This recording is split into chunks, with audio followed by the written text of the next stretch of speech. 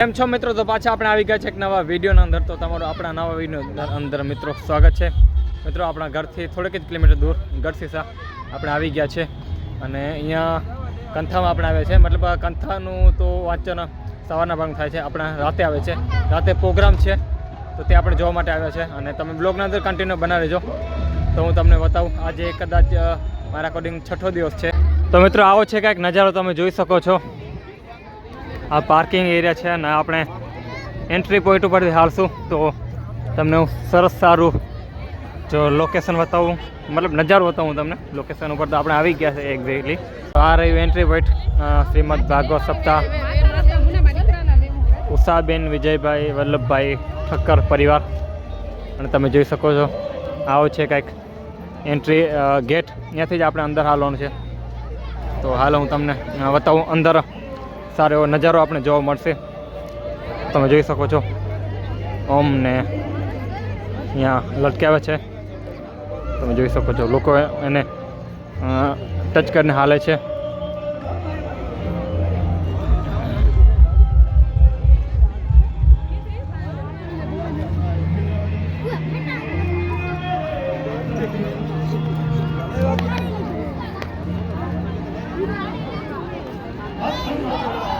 તમે જોઈ શકો છો આવો છે કાંઈક વ્યૂ. મિત્રો અહીંયા સ્ટોલ પણ લાગ્યા છે, જોઈ શકો છો અમે. રાધે રાધે સાહિત્ય સ્ટોલ, ધાર્મિક પુસ્તક ભંડાર અને આ તમે જોઈ શકો પ્રાથમિક આરોગ્ય કેન્દ્ર. આવો છે કાંઈક નજારો તમે જોઈ શકો છો ડૂમના અંદર. અને પ્રોગ્રામ ચાલુ થઈ ગયો છે.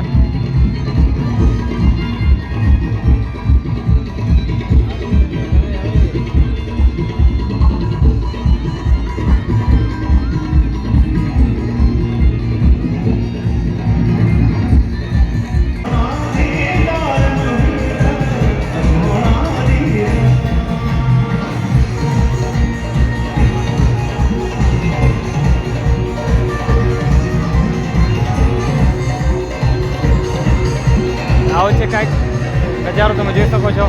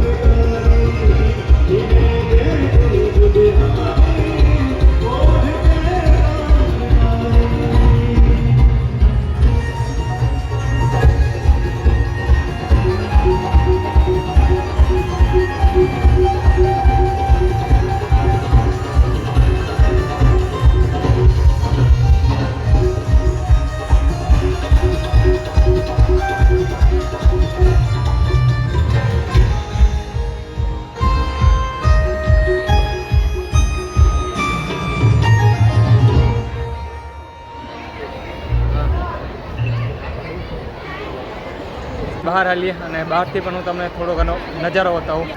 આવો છે કાંઈક વ્યૂ તમે જુઓ.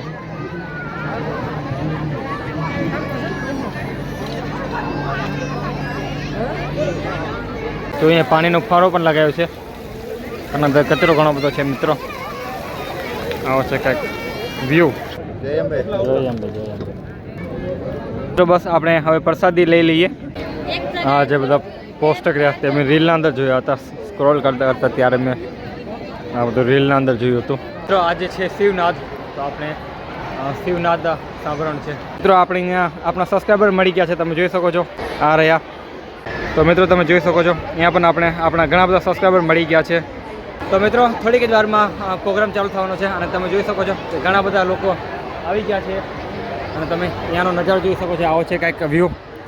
આમ તો ટોટલ 3 ડૂમ છે, આપણે વચ્ચેના ડૂમમાં છીએ, તમે જોઈ શકો છો. અને એક ડૂમ આની બાજુ રહ્યો અને બીજું ડૂમ આની બાજુ છે અને ઘણી બધી LED લગાવી છે, તો તમે જોઈ શકો છો. આ બધી પડી LED છે, આની બાજુ પણ LED છે. મિત્રો આપણે આવી ગયા છે સ્ટેજની બાજુમાં, તમે જોઈ શકો છો.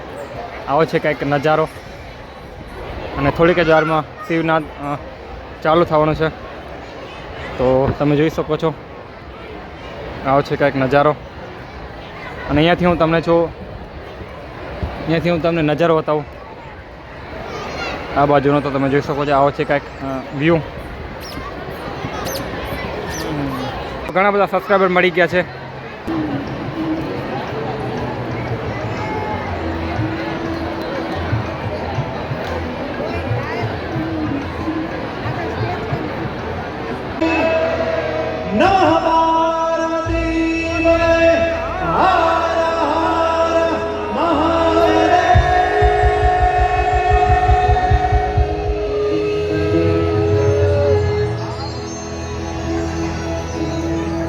આપણે સૌ અત્યારે માના સાનિધ્યમાં બેઠા છીએ અને માના ખોળે બેસી અને ભગવાન કૃષ્ણનારાયણ ઠાકોરજીની શ્રીમદ ભાગવત સપ્તાહનું રસપાન કરીએ છીએ. પણ એવું કહેવાય છે કે કોઈ પણ કાર્યની શુભ શરૂઆત મહાદેવની આજ્ઞાથી ગજાનન ગણપતિજી મહારાજને યાદ કરીને થાય છે. ત્યારે આવો કાર્યક્રમને આપણે ગણેશજીના પાવન નામથી શરૂઆત કરીએ. પણ દિવસે સમરે વાણીઓ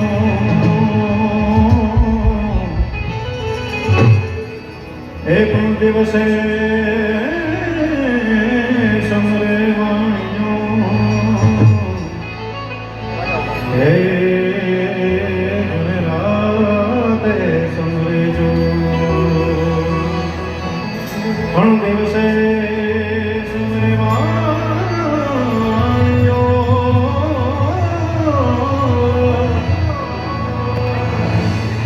એ દિવસે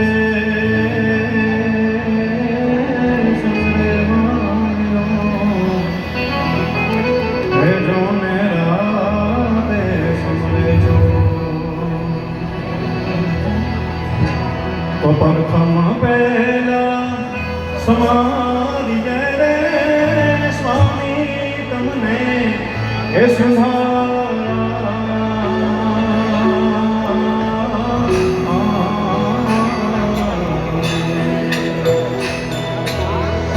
रिद्धि सिद्धिना दातार मारा देवता रिद्धि सिद्धिना दातार मारा देवता मेर करो ने महाराज रे मेर करो ने महाराज रे प्रथम पहला समाधिए रे स्वामी तुमने ए सुधारा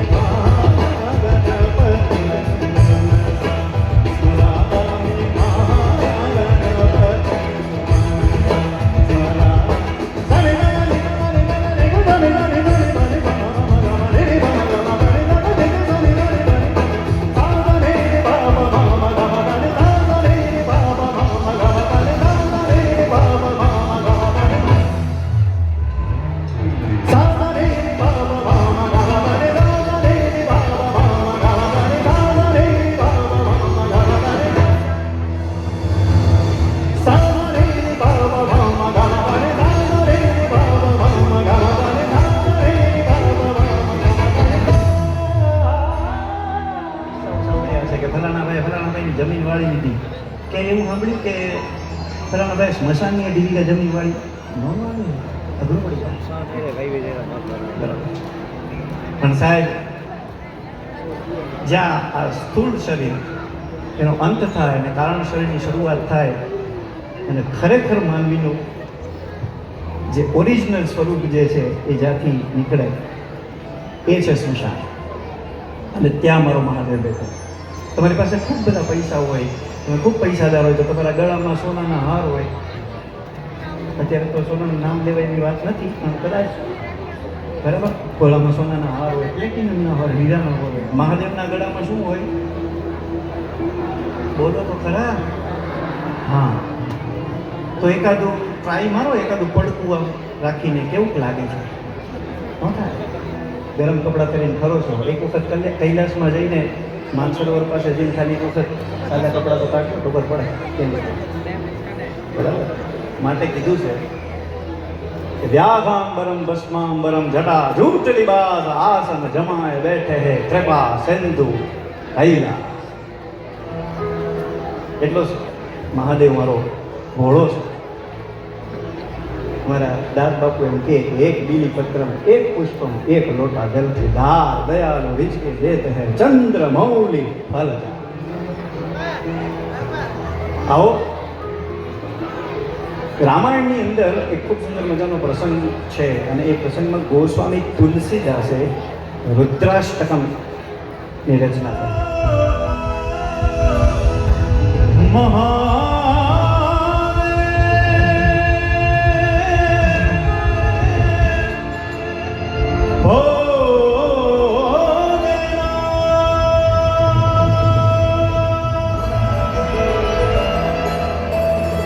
શંભો મહેશ કરુણામય શૂરપાણ ગૌરી પદે પશુપતે પશુપાશનાશિ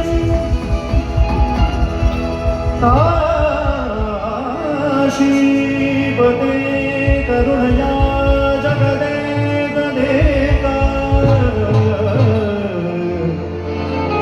સ્પંહંસિ વિરદાસि મહેશ્વરો.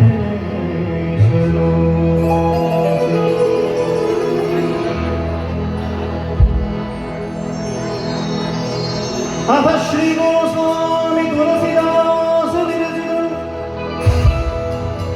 શ્રી રુદ્રાષ્ટકમ.